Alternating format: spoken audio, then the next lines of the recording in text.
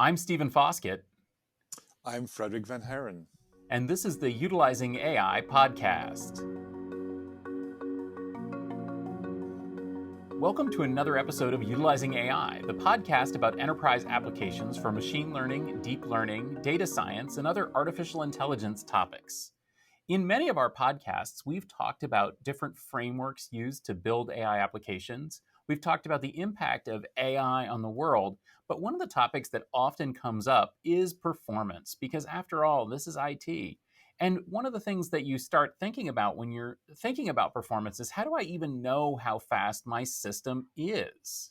Right, I totally agree. I think the challenge in AI is you're always trying to improve your model. So you need some kind of a baseline, and the best baseline you can come up with is to define some metrics that make sense to you. And the metric by itself then relies on a bunch of tools. And I think standardizing those tools will help not only yourself, but also the AI community.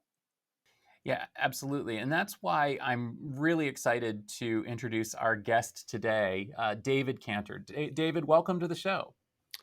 Thank you. It's a pleasure to be here. So, David, I know that you have been deeply involved in the machine learning and AI space for a long time, but I know that you are keenly aware, especially of AI metrics and MLPerf. Maybe you can give us a little bit of background there on how this all came about. Yeah. Well, so by way of introduction, I'm the executive director of MLCommons, which organizes and runs the MLPerf benchmarks. I got involved about 2.5 years ago. And before that, I had been paying a lot of attention to computer architecture, semiconductors, microprocessor design, and all with an eye towards performance. And so it was very natural. I got involved in some AI related projects and became, really curious. So that's how I ended up getting involved. And initially, I was sort of the group secretary. They liked me enough that they promoted me to lead a project, and then they liked me so much that they kicked me upstairs and said, "Why don't you just run the whole org?" So that's sort of how I got involved. And for those who don't know, ML Commons is really focused around how we can make machine learning better for everyone. And we sort of look at that through three lenses or pillars. One is metrics, which we just talked about before, right? How do you, if you start measuring things appropriately, then you can start moving the whole industry in the right direction. And that's sort of the concept there. And MLPerf is probably the set of metrics that we're known for best. We also like to produce large open data sets. So we released two big data sets in the speech area, one a speech recognition data set and the other a keyword spotting data set last year. And then also of interest to sort of the IT community and sort of maybe the more ML ops side, we work on projects that take friction out of the ML landscape. And in particular, we have one that makes reproducing AI training experiments a little bit easier. So that's a little bit of background about me and what we do. But yeah, performance is absolutely of a keen and historical interest to me. So how do organizations start with MLPerf, right? It's not as simple as downloading it, running it in your environment, and then hoping you get some kind of a number back, right? So what's kind of the process to get started? Yeah. So I think that gets into some of the challenges that are somewhat unique to AI and ML. And, if I think about folks from an IT audience, right, there's sort of both performance and capacity planning are sort of interchangeable. And, the MLPerf benchmarks, um, our goal is to produce something that is, sort of a fair and representative playing field for primarily vendors and solution providers to demonstrate their performance. Now, the way it works is ML has some unique characteristics that make this challenging. For starters, you need to use real data, right? And I'm sure as you can run with fake data, but oftentimes that won't actually tell you something useful. So we have to use real data, which is one particular challenge. And essentially the way it works is you come up with a reference ML model, which is what we do, that sort of defines correctness. So, to pick an example that listeners might be familiar with, BERT is a very common model for natural language processing. Anytime someone talks about transformers or attention or GPT-3, those are all related to BERT. And so we define a model that is sort of you can think of it as the platonic ideal of BERT. And then we tell everyone, hey, go take something that is mathematically equivalent to that, train it, send us the logs and results, and then we'll verify to make sure that the performance is correct. Now, and then we post all of this on our website once it's done. So the nice thing is that you actually get, not only do you have this reference model, which is not really optimized for speed, but the people who submit the benchmarks have their own optimized models that they're posting that we publish on our website. And so you, as an ML expert, can look at those for inspiration. You can download them and just reuse them, or you could look at them and say, this technique is really applicable to what I want to do, but not this one over here, right? And so, from an IT perspective, I think you can look at the results and learn a lot, but they also provide, in some sense, a set of best practices that you might be able to adopt to help your company run better. And I think that's very exciting because that's, something that a lot of benchmarks are closed source and don't necessarily have this easy reproducibility. Right, and I do think that customers can look at MLPerf as two types of baseline. One is the internal baseline, is how does it improve internally against their own setup, and then the second one is like you mentioned, where they start to compare with what other customers have done. I think the challenge with the external comparison is that the data might be different and the hardware might be different. So it's to use the comparison, it's not like an apples to apples comparison, right? So is that why you're also working on data sets and with MLCube and the best practices to kind of reduce the differences, or are the two not related? So yeah, I think you've identified two really good points there, right? Which is, and I'll give you actually a very concrete example of that, which is, I think the best way to use MLPerf is, different enterprises are going to have different needs. So I ran into an organization that does healthcare, and they said that actually their favorite thing was BERT because one of the big challenges that they face is they're trying to produce AI systems that can look at medical records and sort of help parse them, right? So it's natural language processing. It's close to BERT, but the data is different, right? They want to be looking at, their entire collection of medical records, not the Wikipedia data set that we use. So there are likely to be some differences there, but it's, it's a good spitball estimation. And so, if and I think it's a very fair thing to say to your suppliers, like, okay, can you run BERT? Can you run MLPerf BERT, where we've agreed as an industry collectively what that means, right? And then you could also say, if you're a big enough customer, you might say, hey, go use my data or send me something for a proof of concept. But our goal was to get a nice broad set of benchmarks that represent many of the commercial areas out there. So we have, recommendation, right, which is, commonly used to figure out, what should we show you on Netflix? What ad should we show you next? We've got natural language processing, a lot of vision, etc. that will, object detection, right, which, you might, so very interesting for all sorts of things from, retail anti-theft solutions, all the way to, detecting pedestrians and autonomous vehicles. And so, we built up this nice set of benchmarks. But I think the really important thing is getting back to sort of what you said about metrics. Before MLPerf existed, people would describe performance and capacity in all different ways. They might use flops or time to train or whatever. And I think a big part of this is that by aligning everyone on what it means to be faster or better, we get the whole industry moving in the right direction. Imagine if we were to talk about cars and someone comes up to you and says, well, my car can turn a corner in a quarter of a second. Someone else says, well, I can drive at 400 miles an hour.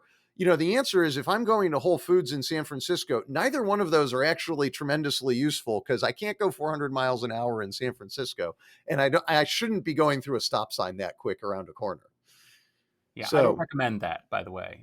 Note to listeners, and that's exactly what I'm getting at. And I love to hear you say this, because so often in the IT industry we focus on these ridiculous synthetic numbers, and especially in machine learning. I mean, I was watching GTC this week, and there was a whole lot of talk about numbers, sort of artificial random numbers about how we can process this many of this and this many of that.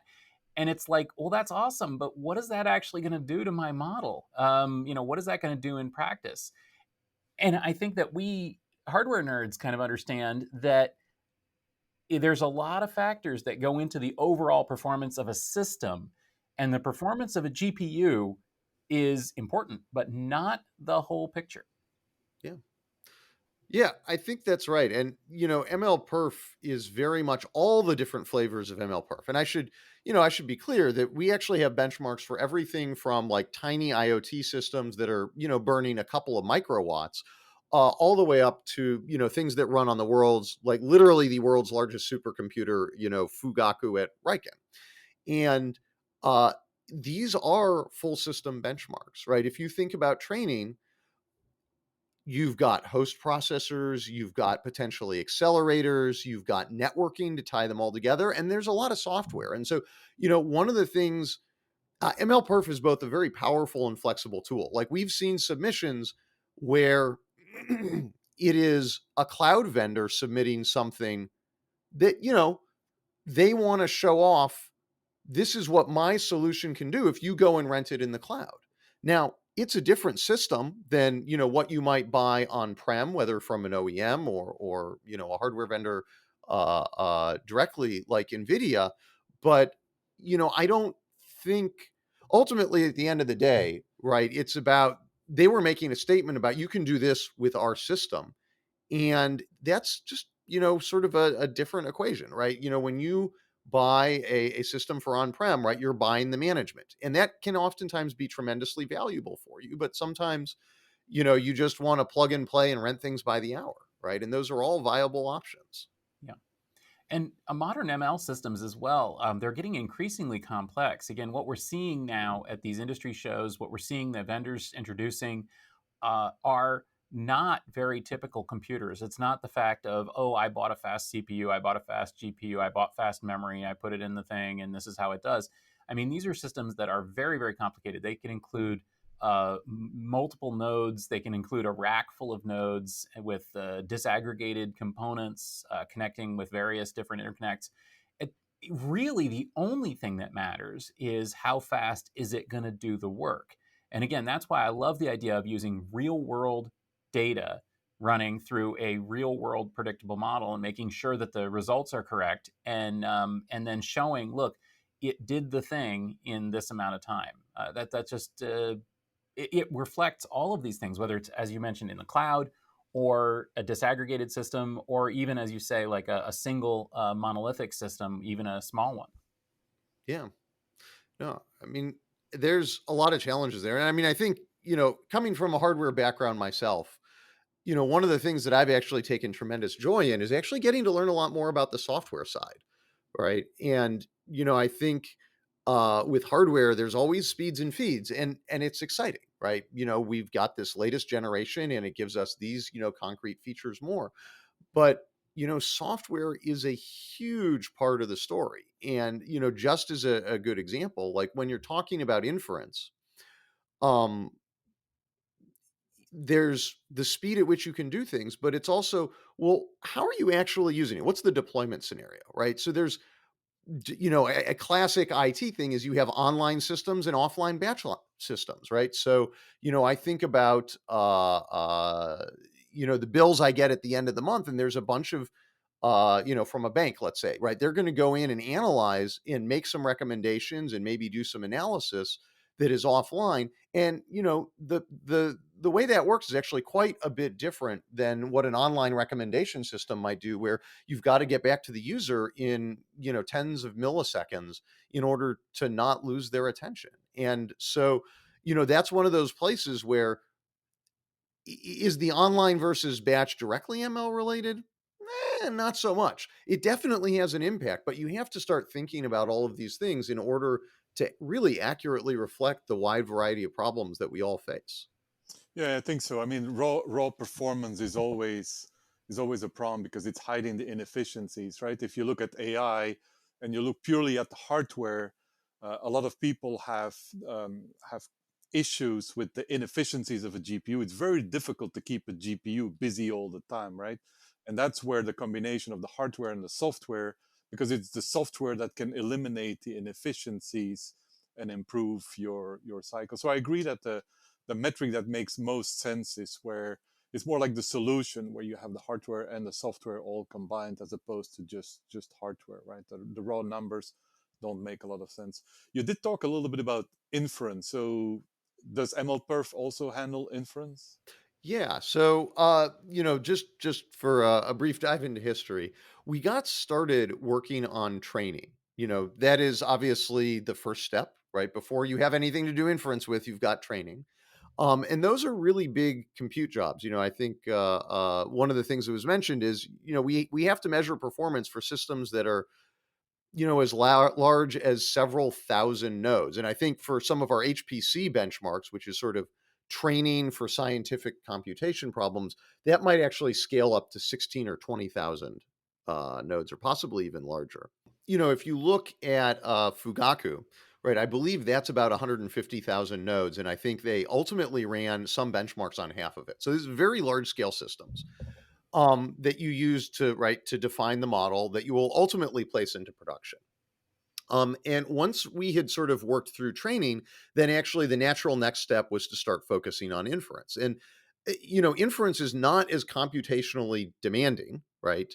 Sort of by definition, right? When you're training, you're going through all of these iterative examples. You need huge amounts of data, and you're doing both the forward pass and the backward pass and the weight updates. But for inference, it's just the forward pass. And usually the performance needs for inference come from the scale of the usage more often, right? I think Facebook, for example, has talked about how they're doing trillions of inferences a day, right? And that's really what drives the demand, as well as latency constraints. But that's also where you make the money, where you deploy things into production and start taking that model, regardless of what it is, and operating on new data. And so that was actually the project that I helped to lead with four of my fantastic colleagues, was looking at inference. And so we tried to use many of the same networks and data sets that we could for training. But then there's a lot of different deployment scenarios, right? There's the online server scenario. You have to figure out what are the right latencies for responsiveness. You need the right accuracy metrics to keep everyone honest. If you have something that can predict spam at 99% accuracy, that's good. But if it's only doing 60%, that's actually not a usable system. So accuracy becomes a very intrinsic part of all ML discussions. But then there's also, you've got scenarios like maybe you're taking in multiple camera streams to do security monitoring, right? Or you've got offline processing. So how do you think about that, and coming up with the agreed upon rules and metrics, and just helping to really align folks there? Yeah, I think MLPerf for inference is becoming more important for the simple reason that CPUs traditionally were on the inference side, and this is changing rapidly. And on top of that, in my conversations with NVIDIA, I hear that a lot of customers are buying the same hardware, same type of hardware for inference and training, meaning that they just use the software to delegate the workloads to the same device, but one could be production, the one could be inference. So I do think that MLPerf for inference is definitely gonna ramp up. Yeah. And I think in some ways the target population is potentially a little bit different as well. Well, the audience really, right? The people who are going to be doing training are generally going to be ML engineers, right? And But then it's, taking those trained models and putting them into production. And that's actually a fairly complicated and extensive pipeline, right? There's all sorts of things you might want on provenance and model tagging, and how do you detect drift over time? I mean, there's a ton of practical issues around deployment that you need to work through before you get your inference model in production. And actually, I mean, I think that's one area where the industry has a lot of work to do to make that as sort of push button as possible, to sort of accelerate from training to inference to deployment and sort of the full life cycle there. But yeah, you have a lot more options on inference, in part because, as you said, most people do it on CPUs today. There are accelerators out there, but you also can do inference on a variety of devices. We've got inference benchmarks for smartphones, for IoT devices, for data centers, and you know, increasingly we're seeing inference being done in more and more platforms. So it's a very exciting time, and I hope it'll be a very useful tool. One of the things that comes to mind as well with benchmarks generally is that a benchmark really only matters when you take it in context of the system that you're running it on. So, you can build a benchmark queen that isn't usable in the real world, or you can't afford, or it sucks down too much power. Do you see people doing that? Do you see people talking about performance per power or performance per cost when they're evaluating these systems, or are they really just looking for the best, quickest outcome? Yeah, so that's actually a really good question. And I think it's a little bit different for training and for inference. So I actually, one of the things that I had the pleasure of leading was, once we did inference, we decided that inference was very appropriate to couple to power measurement, right? In a sense, to provide some normalization, right? And part of it is that if you look at the inference solutions that we got in our first round, I think the difference in power consumption was something like a factor of 1,000 or more, maybe a factor of 10,000, right? So everything from under 1 watt to, some of these big servers, as you say, can be multiple kilowatts. And you don't want a multi-kilowatt system running under your desk idle. The noise alone would probably drive you mad. So we do have it's optional, the ability to do power measurement when you run inference. I think from a buyer standpoint, cost absolutely matters, but this is one of the areas where I actually think we both a blessing and a curse. So made a very conscious decision to avoid talking about cost, in part because there's a lot of factors that go into it that are subtle or hard to control. One is, how big a customer are you? You can imagine that Walmart and your corner grocery store get slightly different rates when they're quoted by Dell, for starters. But then the other thing is, even if you look in the cloud, as I'm sure many people have noticed, the cost of power actually varies quite considerably between, a place like Oregon that has a lot of relatively affordable hydroelectric power, and maybe an island, right? And so we ultimately decided that there were enough sort of flexible factors in there that it was going to be hard to consistently measure. But things like power are more informed by physics, and the laws of physics cannot be bent by marketing departments conveniently, right? That is the responsibility of the engineering department. And so we felt like that was a good approximation. And ultimately, a serious buyer is going to be able to talk to their vendors and get price quotes anyways. So I think one of the challenges I have seen with other benchmarks is, if you start including pricing information, you start to see people benchmarking systems that are constructed in very strange fashions. And so we kind of wanted to avoid that. Does that make sense? Yeah, it does. There's one question I get all the time, and I don't have a good answer for it. And the question is always, how long does it take to run MLPerf to have reasonable results, right? And it's really an open-ended question, and I usually try to avoid to answer the question, but since you're here, why not ask the question? Yeah, no, absolutely. So for MLPerf training, our general target is that we want the benchmark runtime in an unoptimized, sort of like the reference models, should take about a week to run.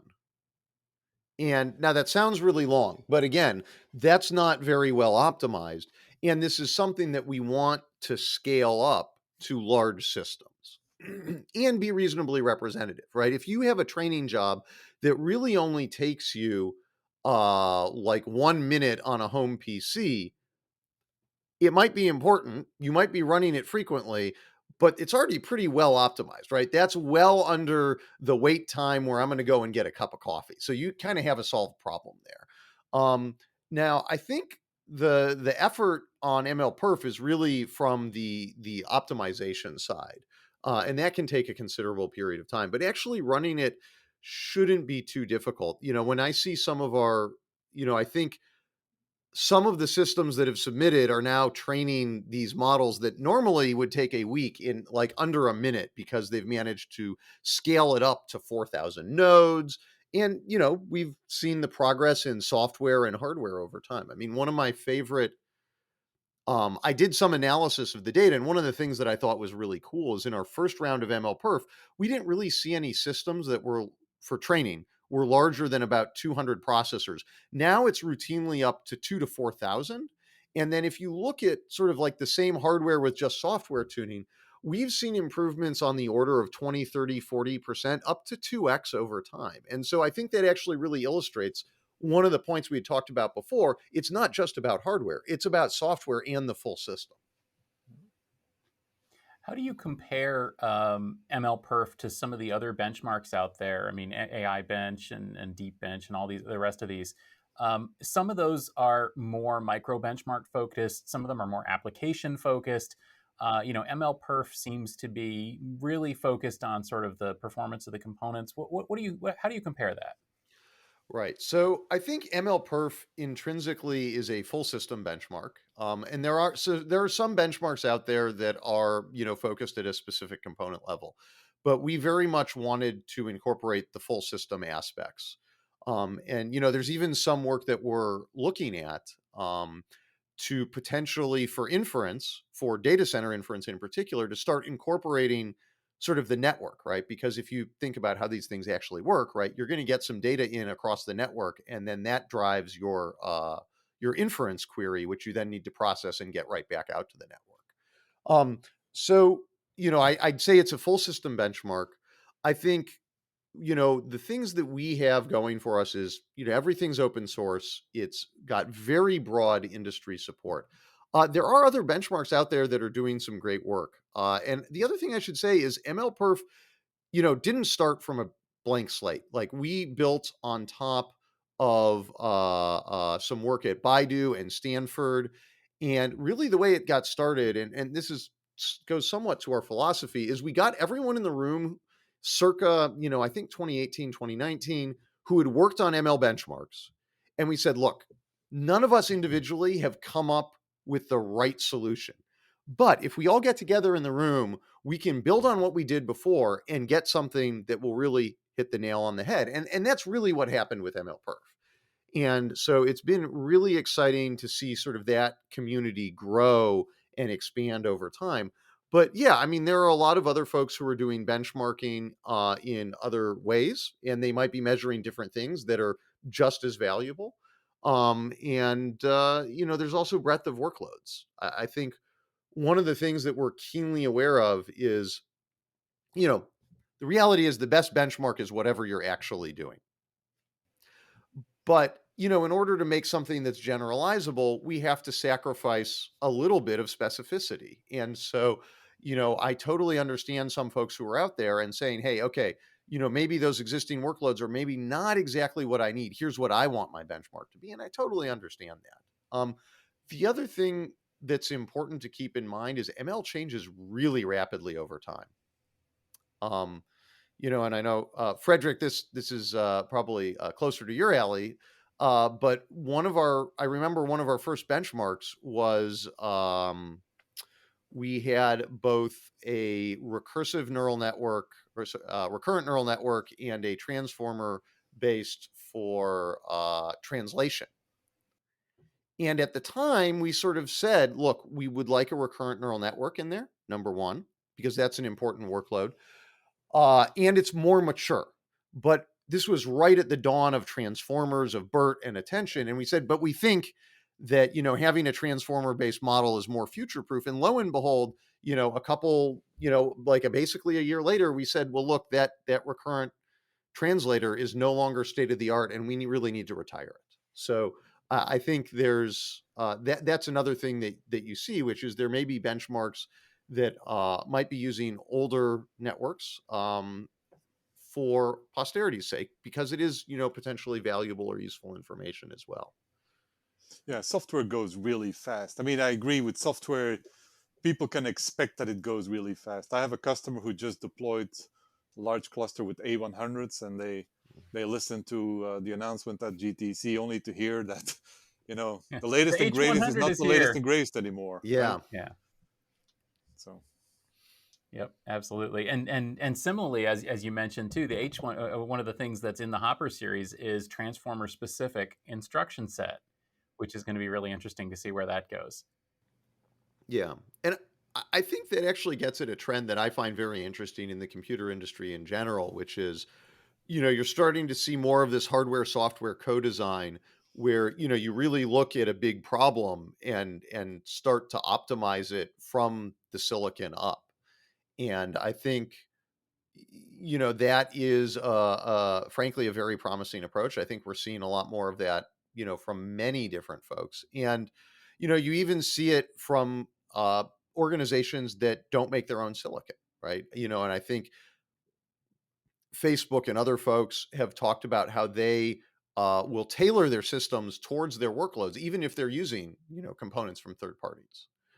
So I think there's a lot of opportunity there.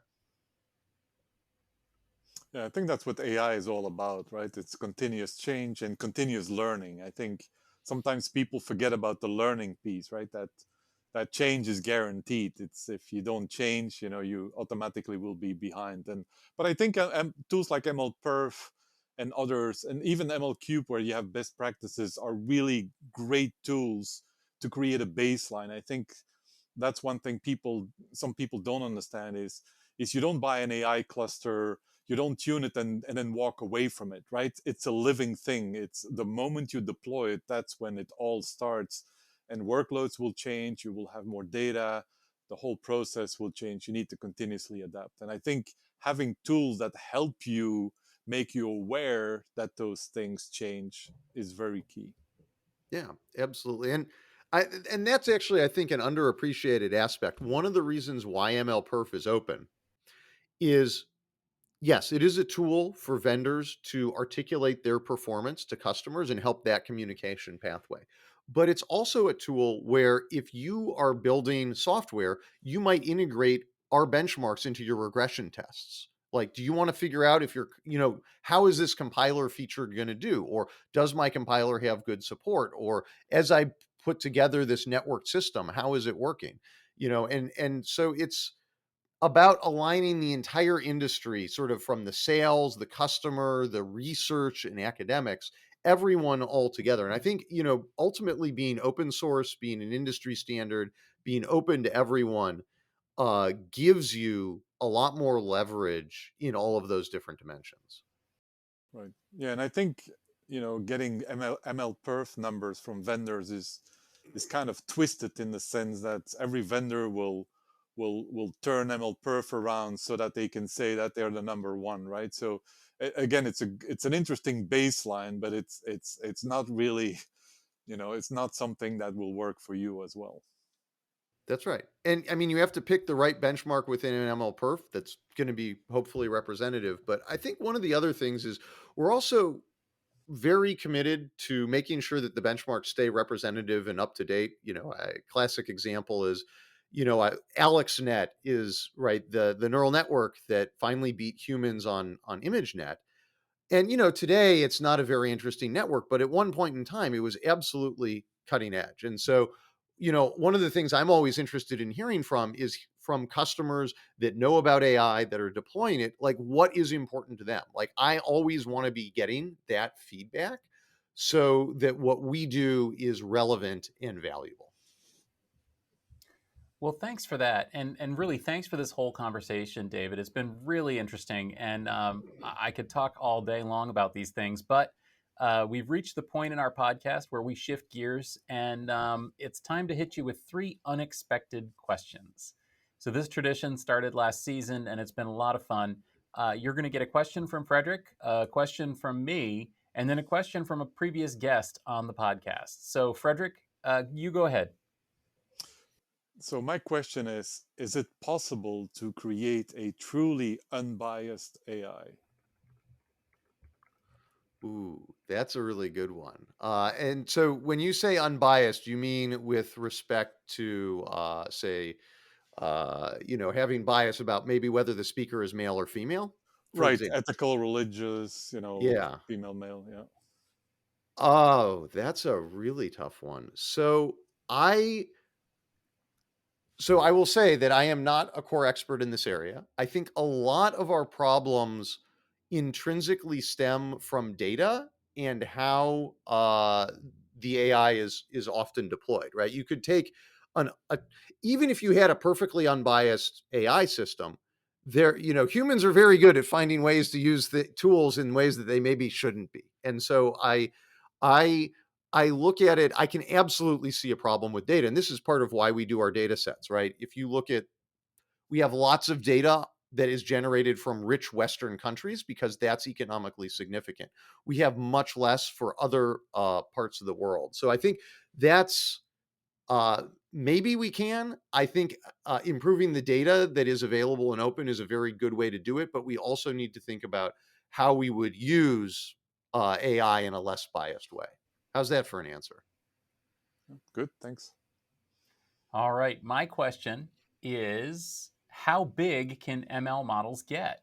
Will today's 100 billion parameter model look small tomorrow, or have we reached some kind of limit? Ooh. So I am a firm believer in the bigger is better camp in terms of parameter count. I think, we're seeing people looking at trillion or multi-trillion parameter models. And I think that one of the areas that we will get driven in is bigger and bigger models that are sparser and sparser, so that even if you have 100 trillion or larger models, that you don't necessarily need to do all of that computation, right? There's a lot of attention being paid to mixture of experts and other sort of sparse techniques that let you get the benefit of model size without necessarily the full computational cost. But I think if you look at the research, it's very clear that as models get bigger, you tend to get better accuracy and lower losses. And sort of the magic of AI has been that there are certain inflection points that when we pass, suddenly things that were not possible become possible, whether it's beating a human at image recognition or maybe one day detecting pedestrians away from cars. And the other thing to keep in mind is when it comes to these sort of inflection points, we need to advance over the state of the art. We don't need to be perfect, right? I think about autonomous driving, and if a 100 trillion parameter model is what's needed in order to safely detect pedestrians and prevent collisions, then I absolutely think we should go there because there's so many lives that we can potentially save. Excellent. Well, thanks for that. And now, as promised, we're going to be using a question from a previous guest. This question comes from Andy Hawk of Cerebras Systems. Ooh. Andy, take it away. Hello, my name is Andy Hawk. I'm the Vice President and Head of Product at Cerebras Systems. My question is, what AI application would you build, or what AI research would you conduct if you were not constrained by compute? First of all, it's great to get a question from Andy, who I've had the pleasure of working with through MLPerf and has been a great supporter. I would say that there's two areas that I really look at as potentially being, fairly transformative. Uh, and one is I look at breadth and also impact, right? I feel like there's a lot of technologies where you can have tremendous breadth, but the impact is not very deep. And then there's technologies where the impact is really deep, say like a surgeon and improving surgery, right? If you can walk again, that's a huge impact, but it's hard to scale. And so I think two of the things that I look at today as being, very, very, very interesting are sort of the medical domain. I think has the opportunity to get both that breadth and scale, although there's a lot of regulatory barriers beyond just, what can we do with our current computation? And then I'd say I'm certainly very excited about autonomous vehicles as well, and things. And then a third would be the ability to translate or work with any language. Like to me, that's like one of those classic things that I think I'm not a Star Trek fan, but I believe the universal translator was, one of those things from Star Trek. And the idea of making things that 20 or 30 years ago were regarded as magical and beyond belief and making that ordinary, that's really cool. Well, thanks so much for those answers. It's great to catch you off guard and get a little insight from you as well. We look forward to hearing what your question for a future guest might be. And if our listeners would like to play this game, you can just send an email to host@utilizing-ai.com and we'll record a question from you. So, David, thank you so much for joining us today. Where can people connect with you and follow your thoughts, or is there something that you've done recently you want to call attention to? Yeah, so you can find me online. I am the Kanter, Kanter, at Twitter. I'm also on LinkedIn, and you can reach me via email, david@mlcommons.org. And as an additional call to action, I'd say come visit our website. We're a very open and welcoming community. You can join our public mailing list. And as an added incentive, on April 6th, we posted the latest results from MLPerf inference, measuring performance for data center and edge systems, mobile for smartphone, tablet, and notebooks, and Tiny, which measures performance for IoT systems. So there's a lot to check out that you might find interesting. Please give me a shout. And especially if you're interested in using the MLPerf benchmarks or understanding how to use them, or have ideas for them, please reach out. We're very open and want to help the community. Well, thanks very much for that. Frederic, what's new in your world? Yeah, so I recently published an article on AI in the enterprise. Hopefully people will like it. Still working on a startup around data management and providing services around data management and designing large-scale AI clusters, hopefully with MLPerf as well. You can find me on LinkedIn and Twitter as Frederic V. Haren. And as for me, I've been working hard on planning AI Field Day. So we are coming up here with an AI event where we'll have lots of presentations and discussions, hopefully from some of the folks you've heard from here this season on utilizing AI. So if you'd like to learn more about that or get in touch and get connected, you can go to techfieldday.com. Thank you very much for listening to the Utilizing AI podcast. If you enjoyed this discussion, you can find it on most podcast platforms. And while you're there, give us a rating and a review since it would help our visibility. This podcast is brought to you by gestaltit.com, your home for IT coverage from across the enterprise. For show notes and more episodes, go to utilizing-ai.com or find us on Twitter at utilizing_AI. Thanks for joining us, and we'll see you next time.